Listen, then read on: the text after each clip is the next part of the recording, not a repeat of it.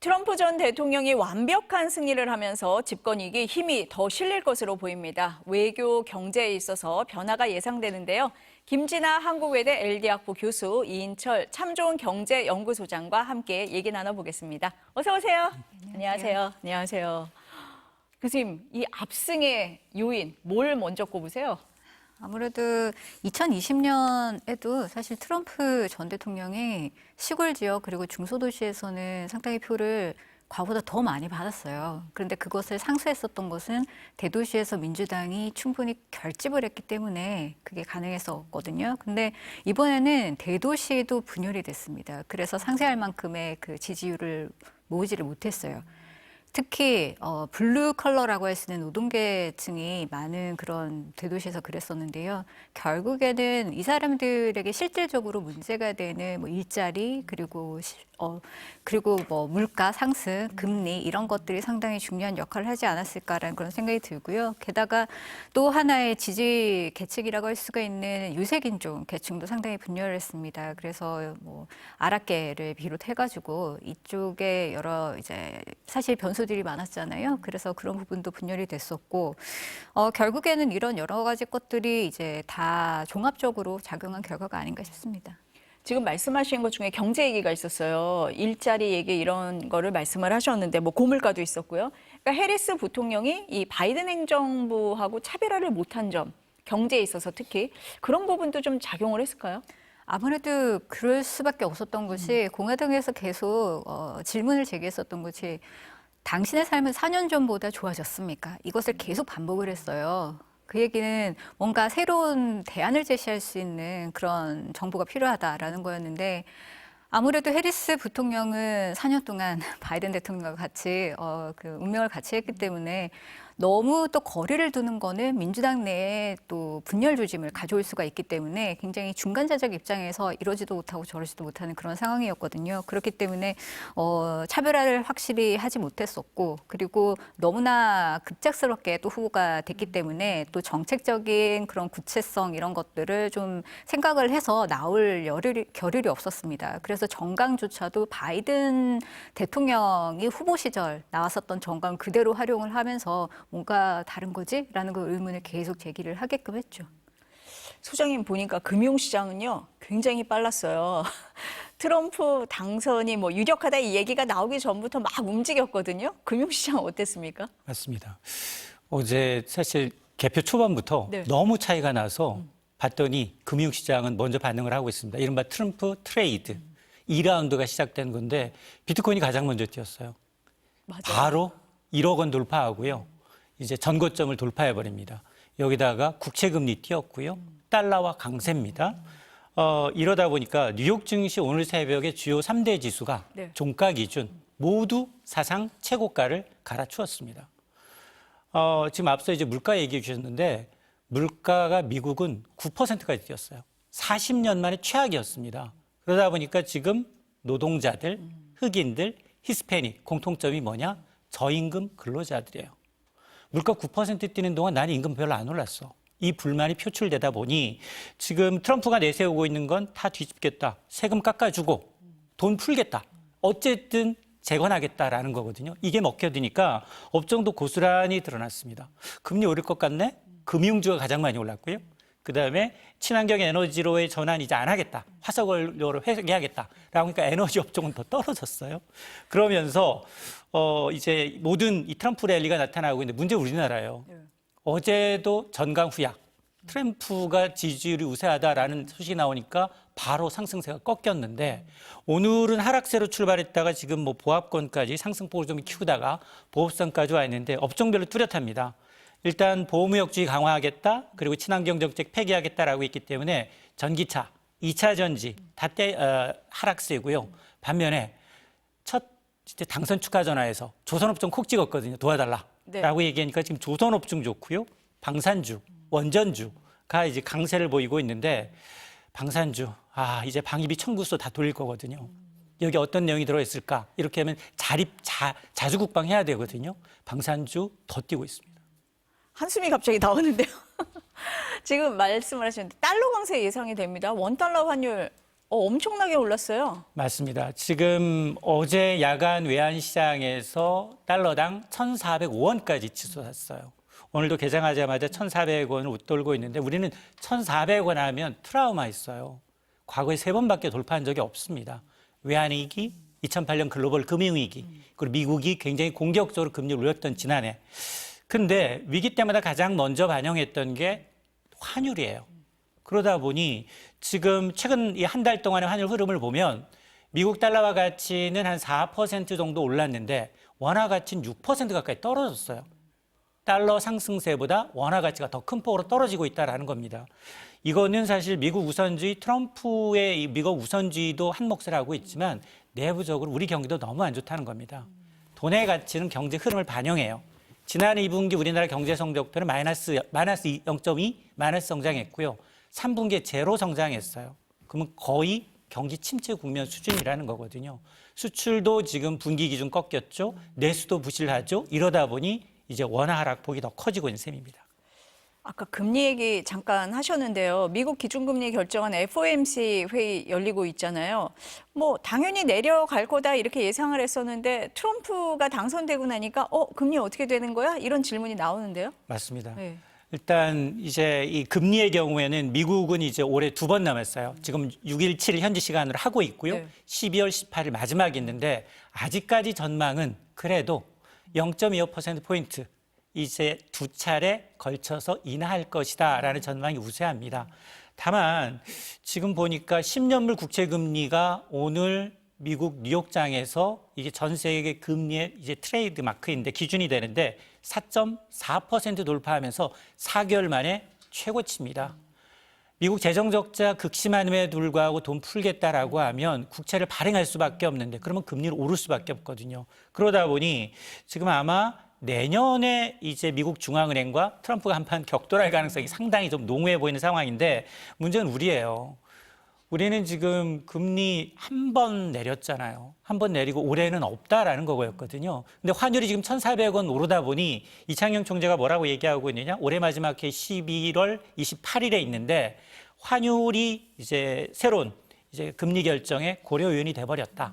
사실상 금리 인하 내리는 게 좀 미적거려진다. 뒤로 미뤄질 수밖에 없다라는 얘기인데 아니 부진한 경기를 살리려면 금리 낮춰야 되는데 금리 인하가 원달러 환율을 또 자극할 수 있기 때문에 지금 통화당국은 이러지도 저러지도 못하는 상황입니다. 지금 소장님이 그 방산 관련된 얘기를 하셨는데요. 우리로서는 지금 방위비 분담금 이 얘기를 안 할 수가 없어요. 트럼프 저희가 뭐 이미 앞으로 5년 동안 적용될 거 다 합의를 하기는 했는데 트럼프 당선인은 이 합의금 너무 적다. 지금보다 9배는 올려야 된다. 이렇게 얘기를 하잖아요. 재협상 가능성이 있습니까? 지금 협상한 게 1조 5천억 원 정도 되거든요. 그리고 물가지수를 반영해서 한 2% 예상이 되는데 그래서 계속 증액을 할 거다라고 하는데 이걸 다시 얻겠다라는 거죠. 그래서 9배 올린다라는 얘기인데 일단 가능하냐? 일단 의지는 있을 겁니다. 왜냐하면은 최근에까지도 이제 캠프 쪽에서 나왔었던 얘기가 이전 정부가 합의했었던 여러 가지 협정 중에서 조약 형태가 아닌, 즉 의회를 통과하지 않은 그런 협정들은 재검토 그리고 재협상 필요하다면 들어간다라는 그런 원칙을 갖고 있어요. 근데 SMA 같은 경우에는 방위비 협상은 미국에선 조약으로 처리를 하지 않거든요. 그렇기 때문에 의회 통과를 하지 않기 때문에 대통령의 의지가 상당히 많이 반영돼서 이것이 좀 다시 재협상하자라는 압박이 들어올 가능성이 분명히 있어 보이고요. 그런데 이제 정말 가능하냐 실질적으로 이게 좀 복잡해요. 왜냐하면 주한미군 주둔협정인 소파의 하위 항목이 바로 방위비거든요. 그래서 방위비 협상 같은 경우에는 큰 틀 안에서만 움직여야 됩니다. 그러니까 인건비나 시설, 군수 지원 여기 항목만 지금 들어가야 되는 거에 왜 이렇게 많이 이제 부풀리느냐 그 항목들을 보면 추가되는 항목들이 있어요. 그게 뭐 군사 훈련을 할 때 훈련비 지원하기 그리고 뭐 한반도에 전략 자산들을 보내잖아요. 이건 공짜로 보내거든요. 근데 이런 거에 들어가는 비용 추가하기 뭐 이런 새로운 항목들이 늘어나는데 이거는 기존의 우리 틀 안에서는 해소를 할 수가 없습니다. 그렇기 때문에 정말 하겠다고 한다면은 일단 다시 그 틀을 논의를 하자라고 한국으로서는 조금 시간을 끌 수 있는 여유가 있어요. 아까 말씀하셨듯이 이게 26년부터 5년 정도 계속 유지가 되는 협정이기 때문에 그러게요. 네. 그러면은 트럼프 이기는 일단 끝나는 4년이니까요. 끝나고 그리고 이제 끝나는 거거든요. SMA가. 그렇기 때문에 아직은 여유는 있기는 한데 아무래도 그런 압박들 자체를 어떻게 다른 방식으로 풀어낼 것인가 이런 것들을 고민을 해야 돼요. 그러면 본의 아닌 다른 방식으로 한국이 동맹에 기여하는 부분을 어떻게 하겠다라는 이런 부분들을 미리 좀 생각을 해서 제안을 하거나 아니면은 사실 일본 같은 경우에는 방위비의 배려 예산이라는 항목이 있어요. 그래서 이거를 좀 배려를 해줘서 무한대로 늘린다 이런 여지가 있거든요. 그런데 일본이 사실은 2026년까지 다시 이제 협상을 재개를 해가지고 마무리를 해야 돼요. 그 시점에 일본이 어떻게 하는지를 또 보고서 거기에서 우리가 벤치마킹 할 거는 또 벤치마킹하고 이렇게 좀 전략을 세울 필요가 있습니다. 아니 근데 미국에서는 뭐 만족스럽지 않다 그러면은 전에도 한번 그랬지만 주한미군 카드를 또 꺼낼 수도 있잖아요. 네, 주한미군 감축카드는 글쎄 방위비 같은 경우에는 양측의 협상이 필요한 거예요. 근데 주한미군은 미국의 자산이기 때문에 혼자서 그냥 단독으로 결정할 수가 있는 그런 여지가 훨씬 더 큽니다. 그렇기 때문에 그런 부분에 대해서 좀 생각을 해봐야 되는데 내년까지는 일단 현 수준을 유지할 수가 있어요. 왜냐하면 의회에서 통과시켰던 국방수권법에 따르자면 일단 현 수준을 유지하기로 되어 있거든요. 그래서 내년은 괜찮지만 내후년에 과연 이 항목이 들어갈 것인지 안 들어갈 때도 있거든요. 그걸 좀 지켜봐야 되고 그리고 해외 주둔하는 미군들을 조정하는 거는 이번 트럼프 정부의 특이성은 아닙니다. 이건 늘 해왔었던 거예요. 그런 여러 가지 조건들 중에서 하나가 다른 곳에 소요가 있느냐, 그리고 이전 비용이 얼마나 또 더 드느냐, 추가적으로 이제 고민을 해야 되는 것이 있고, 그리고 해당 국가랑 충분히 협의를 했느냐, 뭐 이런 것들을 다 증명을 의회 가서 해야 됩니다. 그런 절차들을 과거에 의회가 저번에 요구를 했었기 때문에 이런 요구를 의회가 앞으로 또 할 것인가, 이런 것도 한 번 더 지켜보면서 이제 앞으로 추이를 조금 생각을 해볼 필요가 있습니다. 북한하고는 어떻게 지낼까 이것도 궁금해요. 왜냐하면 트럼프 1기 때 북한 김정은 국무위원장하고 정상회담도 했었잖아요. 이번에도 가능성이 있다고 보세요? 어떻습니까? 네, 첫 번째는 변수는 북한의 반응이에요. 그러니까 혼자서 나갈 수 없잖아요. 상대가 일단 들어와야지 네. 대화를 하잖아요. 한 번은 북한은 겪어봤어요. 그리고 무엇을 요구를 하는지에 대한 기대치도 과거에는 높았지만 이제는 좀 낮아졌을 것이고요. 그리고 지금 어떠한 이제 대화를 할 수 있는 계기 자체가 과거에는 있었지만 지금은 뭐 평창올림픽 뭐 이런 계기가 없어요. 일단 이벤트가 없고 그리고 전략 환경 자체가 고립되어 있지 않거든요. 지금 러시아 때문에 굉장히 좋은 전략 환경을 가지고 있기 때문에 굳이 믿지는 그런 협상을 하겠다라고 나올 가능성이 지금은 별로 없어 보여요. 그렇기 때문에 북한의 입장에서는 사실 인센티브가 훨씬 더 커야 된다라는 건데 인센티브를 주려면 여러 가지 것들이 법제도적으로 걸립니다. 만약에 대사 끝까지 관계 개선을 한다라고 하면 여기에 의회가 걸어놓은 조건들이 있거든요. 그러면은 북한이 재래식 규모도 감축시켜야 되고 장거리 미사일도 저마다 이제 개발을 중단을 해야 되고 그리고 뭐 국제 테러리즘 지원 했던 거 이거 다 중단해야 되고 등등등 여러 가지 것들이 다 이제 만족이 되어야지 이것을 의회에 가서 돈 주세요라고 할 수가 있단 말이죠. 그리고 우리가 가끔씩 잊어버리는 건데 트럼프 1기 때 초기를 우리가 좀 까먹는 것 같아요. 1기 때는 굉장히 강경한 정책을 썼었거든요. 북한이 이제 핵실험하고 뭐 ICBM 실험하고 이럴 때마다 굉장히 강경하게 핵버튼 누른다, 뭐 로켓맨이다, 뭐 이렇게 얘기를 하면서 그랬죠. 굉장히 네. 강력하게 대응을 했었던 것은 굉장히 강경한 의회가 버티고 있다라는 거였고 지금도 여전히 이번에 공화당 상원의원들을 보면은 과거에 북한에 대해서 굉장히 강경하게 법안을 처리했었던 테드 크루스나 마르코 루비오나 이런 상원 의원들이 다 이제 재당선되거나 아니면 나와서 인터뷰를 하거나 이러고 있어요. 그렇기 때문에 북한에 대해서 위협적인 그런 국가다라는 그런 시각이 바뀌지 않는 한 갑자기 미국이 먼저 나와서 대화할래요라고 하기는 아무리 트럼프 대통령이라고 하더라도 공화당과의 관계를 생각했을 때 그렇게 쉽지는 않을 겁니다. 1기 때하고는 좀 다를 수 있다 이렇게 말씀을 하시는 것 같아요. 트럼프 전 대통령이요. 말하면 실행을 많이 했는데 그중에 하나가 관세 폭탄이에요. 뭐 동맹국도 예외 없다 지금 이렇게 얘기를 합니다. 이 역량은 어떻게 봐야 돼요? 그렇습니다. 지금 트럼프는 이분한 것을 굉장히 싫어합니다. 미국만 잘 살자주의예요. 모든 국가가 다 잘 사는 거 원치 않아요. 그래서 문제는 뭐냐? 이 백악관 4년 비워놨더니 곡간이 털렸어요. 그중에 누가 많이 털어갔느냐? 한국이 8번째입니다.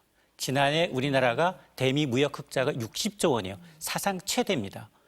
그러다 보니 지금 트럼프 일기 마지막 해였던 2017년 무역 흑자 규모의 4배 가까이 뛴 겁니다. 이러다 보니까 대외경제정책연구원은 트럼프의 관세율이 그대로 부과가 된다면 우리나라 수출, 대미 수출 60조 원 줄고 우리나라의 경제 성장률 0.67%포인트 감소할 것이다라는 겁니다. 내년에 우리나라 경제 성장률 기획재정부가 2.2% 예상하고 있고요. 한국은행이 2.1%예요. 근데 거기 0.67%를 빼버리면 트럼프가 우리 경제 3분의 1을 쥐락펴락할 수 있다는 얘기거든요. 더 큰 문제는 뭐냐면 지금 일부에서는 이런 얘기예요. 아니 그래도 우리는 범용 관세 20% 우리 제품이지만 중국산은 60%니 우리가 그 빈틈 중국의 빈틈을 좀 우리가 반사익 좀 얻지 않겠느냐라는 얘기가 있는데 천만의 말씀입니다. 이 미국이 대중국 압박하면서 반도체를 먼저 공격을 했잖아요. 반도체 기술, 장비 수출 원천 차단하다 보니 오히려 자립할 수 있는 기회가 더 커진 거예요. 범용 제품에 대한 중국산 점유율이 거의 20% 가까이 되다 보니까 우리의 반도체 장비 대중국 수출은 줄고 있는데 우리 삼성전자가 지금 고전하고 있잖아요. 범용 제품에서 고전하는 이유가 중국의 부상 때문입니다. 그러니까 첨단 제품에 대한 미중 간 패권 전쟁이 한국한테 유탄을 맞고 있다는 얘기인데 실제로 한국은행이 판단하기로는 만에 하나 트럼프 공약대로 관세를 인상했을 경우 한국의 대중 수출 연계 생산은 한 6%가량 줄어들 것으로 보고 있습니다. 저희는 이쪽도 줄고 이쪽도 주는 거예요. 양쪽으로.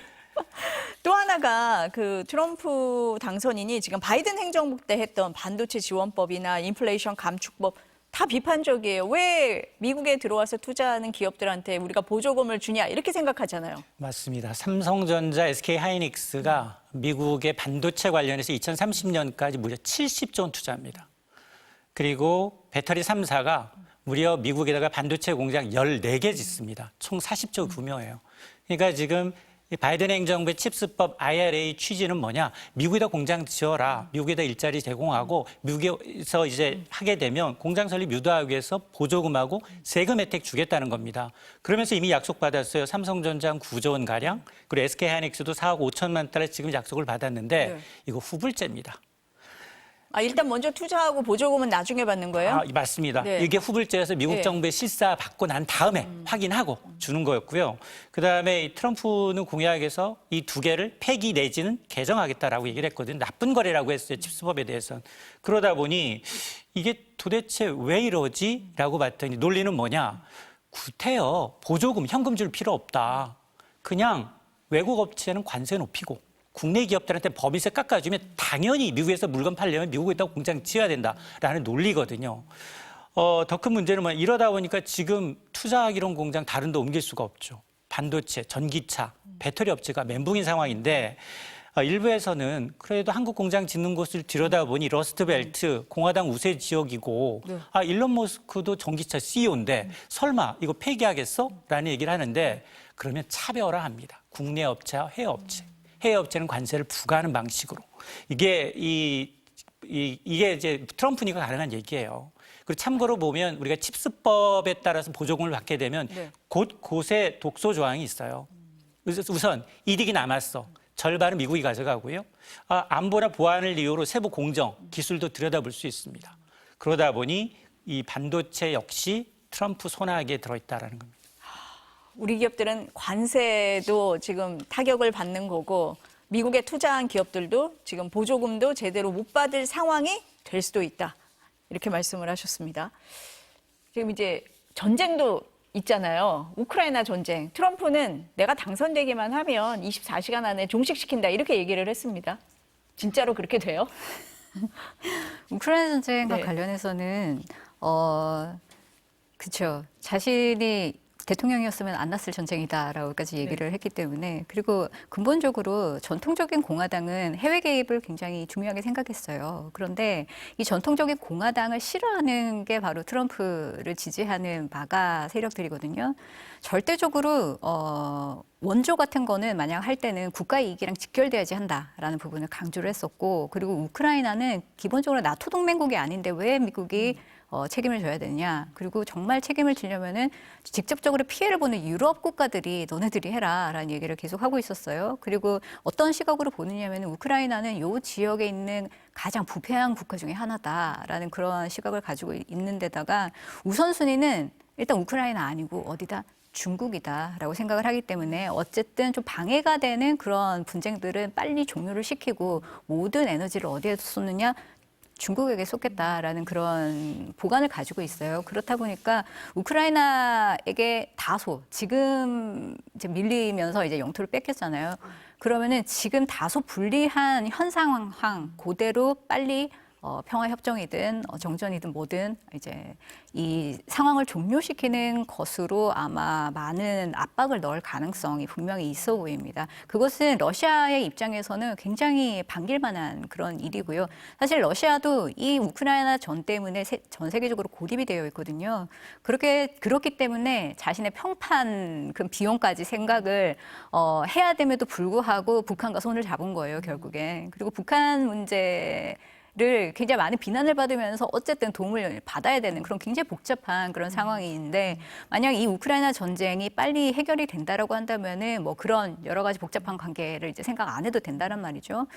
그리고 또한 북한의 입장에서는 이게 그러면 기회창이 닫히는 거예요. 지금은 단지 편의적으로 우크라이나 전 때문에 가치를 높여가고 있는데 만약에 우크라이나 전이 종료가 된다고 하면은 더 이상 뭐 군사 지원, 군수 지원 이런 거는 필요가 없게 되거든요. 그렇게 되면은 북한은 다시 고립되는 그런 상태로 다시 가기 때문에 어쩌면은 이거 하나만 봤을 때는 한국으로서는 지금 많이 고민을 하는 것들 중에서 하나가 우크라이나를 얼마큼 더 지원해야 되느냐 이런 고민들을 그러게요. 하고 있는데 네, 이젠 네. 그런 고민을 하지 않아도 된다는 점 그리고 북한이 다시 이제 고립이 될 거기 때문에 그 활동 반경이 굉장히 좁혀지기 때문에 북한 상대하기 조금 더 쉬워진다는 점 이런 부분들은 한국이 조금은 긍정적으로 바라볼 수도 있는 측면이 있어요. 아니 우리가 우크라이나에 어떤 지원을 할 건지 이미 뭐 협상도 하고 얘기도 하고 있잖아요. 그게 지금 트럼프 당선인이 어떤 정책을 펴느냐에 따라서 달라질 수 있다. 상당히 달라질 수가 있다는 말이죠. 북한의 파병이 뭐 영향을 주는 측면 뭐 그런 것도 있을까요? 북한의 파병은 결국에는 이것은 우크라이나 전 때문에 시작이 된 거기 거니까. 때문에 네. 우크라이나 전이 종료가 되면은 파병이라는 그런 수단이 필요가 없어지는 거죠. 그렇게 되면 자연스럽게 종료가 되고 그 뭐 동맹으로서의 어떠한 협력 관계도 상당히 축소가 되는 그런 관계로 다시 돌아갈 수도 있다라는 거죠. 그 푸틴 러시아 대통령하고 트럼프 대통령하고 막 브로맨스를 과시하고 뭐 그러기도 했잖아요. 김정은 위원장까지 해서 이 삼각관계 여기는 좀 어떻게 보세요? 저는 그 가능성이 아까 말씀드렸듯이 그 가능성이 트럼프 2기가 시작이 되면 상당히 낮아질 겁니다. 왜냐면은 북한 같은 경우에는 가치가 그만큼 하락하게 되어 있어요. 그렇기 때문에 굳이 두 명이서 찍어도 되는 사진에 한 명을 더 끼워 넣을까라는 그런 생각이 들기도 하고 그리고 아까 말씀드렸듯이 러시아는 이제 평판 비용을 신경을 써야 되는데 결국에는 미국 그리고 미국의 동맹국 특히 유럽과의 관계 개선이 필요한 시점이거든요. 그렇기 때문에 그런 북한과 같이 사진을 찍는다 이것은 전략적으로 네. 선택하지 않을 가능성이 있습니다. 중동은 어때요? 그 이스라엘을 일방적으로 좀 트럼프가 지지를 하는 경향이 좀 있고 또 네타냐후 총리하고 관계가 좀 각별하잖아요. 네, 그래서 트럼프 2기가 이제 출범할 것 같다라는 소식이 들리자마자 네타냐후 입지가 강화된다 이런 얘기가 지금 들릴 정도로 이제 분쟁 종료에 상당히 힘을 실어줄 가능성이 높아 보입니다. 트럼프 시절에 상당히 친이스라엘 정책을 했거든요. 그래서 예루살렘에 대사관도 설립해주고 그리고 팔레스타인 영사관은 오히려 폐기를 하면서 다시 세워주지도 않고 그리고 아브라함 협정이라는 걸 만들어가지고 이스라엘과 나머지 뭐 국가들과의 관계 개선도 시켜주고 뭐 이렇게 했었던 트럼프 대통령이기 때문에 아마 2기가 출범을 하게 되면은 이스라엘이 바라는 방식의 전쟁 종료를 할 수 있도록 더 많은 지원을 해주지 않을까라는 그런 생각이 들고요.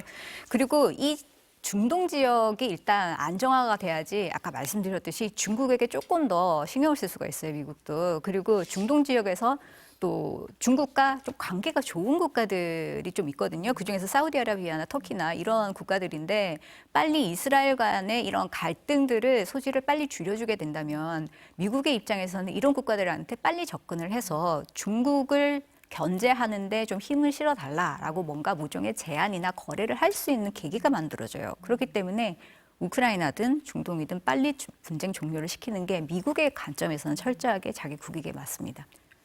아까 저희가 잠깐 얘기는 했었는데 그 트럼프 당선인이 오늘 윤석열 대통령하고 통화를 하면서 미국의 조선업에 한국의 도움과 협력이 필요하다 이런 얘기를 했어요. 네.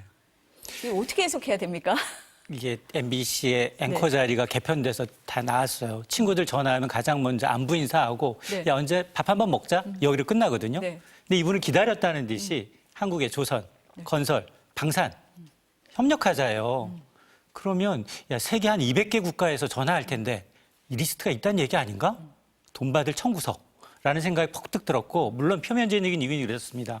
한국이 세계 최고의 건조 능력을 갖고 있으니 조선 건조부터 보수, 수리, 정비 분야 긴밀하게 협조하자라는 거예요. 우리가 하도 뒤통수를 많이 맞아봤잖아요. 그래서 여기 혹시나 조선수 미국에다 건설하라는 얘기 아니야? 정말로 1% 가능성도 없지만 이런 생각이 들 수도 있고 또 하나는 이번 주 어떤 뉴스가 있었냐면 미국의 웨스팅하우스라는 원전 업체와 네. 우리나라와 협력하기로 했어요.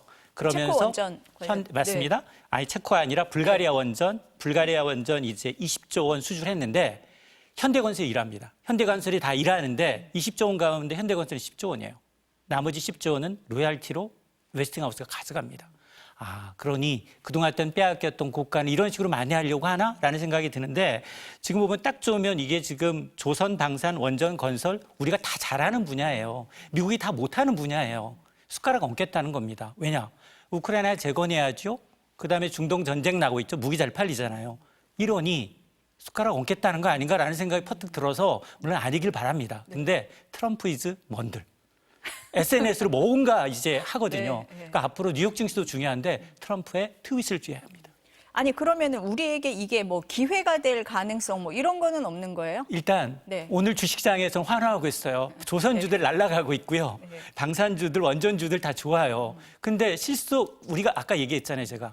이게 뭐 20조 원짜리 원전 수주했는데 현대가 1만 하고 10조만 가져가고 웨스팅하우스가 로얄티로 10조만 가져가면 이게 뭐지? 나는 뭐지? 라는 생각이 들 수 있잖아요. 그러니까 실속은 좀 더 들여다봐야 돼요. 트럼프 대통령의 의도, 각 국가별로 이제 청구 리스트가 뭐가 있는지 좀 봐야 돼요. 네. 그동안은 첨단 기술이었어요. 주로 보면 이제 인공지능이라든가 양자 컴퓨터라든가 이런 분야에 대해서 최첨단 반도체의 경우에는 대중국으로 절대 기술도 안 주고 인력도 안 주고 투자 자금도 안 주겠다. 여기에 동조하라였거든요. 근데 지금 보니까 제조업 분야까지 공조하자는 얘기를 하는 걸 보니 이 트럼프의 청구서엔 도대체 뭐가 있을까? 이제 앞으로 계속 하나둘씩 풀려나올 겁니다. 아니 시청자들이 들으시기에 아니 소장님 말씀 들어보면 트럼프 되고 나서 우리한테는 좋은 게 하나도 없나 이렇게 생각이 들 것 같은데 좋은 것도 있습니까? 트럼프는 네. 한국을 머니머신이라고 했어요. 현금 자동 지급기라고 했는데 그 지급기 비어서 지금 우리 마이너스 통장 쓰고 있어요. 네. 그러니까 그런데 이제 자기는 손해봤다 이거죠. 4년 동안 내가 백악관 자리비였더니 계속해서 한국한테 무역 적자를 받았으니 이걸 어떻게 만회할 것인가 이걸 고민하고 있다는 겁니다. 우리랑 사고의 방식 자체가 달라요. 그럼 뭐 수혜를 입을 만한 분야 뭐 이런 건 앞서 얘기했던 네. 것은 수혜 볼 수 있습니다. 네. 이제 화석 에너지도 귀환이다 보니 앞서 얘기했던 것처럼 예를 들한다면 이제 뭐 이 원전이라든가 방산이라든가 건설이라든가 금융이라든가 이런 거는 이제 수혜를 보겠지만 우리가 가장 잘하는 거 2차 전지, 배터리, 전기차, 반도체 네. 이게 지금 불안하다는 거죠. 일론 머스크가 그렇게 지원을 했는데도 전기차와 2차 배터리가 힘든 겁니까? 일론 머스크는 네. 고위직으로 오를 것 같아요. 지금 주가도 오르고 있고 네. 이 지금 뭐 굉장히 고위직으로 올릴 것처럼 네. 이 슈퍼 천재라고 얘기했거든요. 슈퍼 천재를 가만히 놔둘 것 같지는 않고요. 네. 근데 사실 만에 하나 네. 우리나라가 현대차가 야당 대표한테 이제 자금을 지원하고 대통령이 당선이 됐어요. 그리고 난 다음에 그 기업을 봐줬어요. 네. 이러면 정경유착, 쇠고랑차입니다. 네. 근데 이게 미국이니까 가능한 얘기예요. 트럼프 그 후보가 이제 당선이 되고 나서 저희로서는 오히려 걱정이 많아지는 것 같습니다. 네. 오늘 말씀은 여기까지 듣겠습니다. 감사합니다.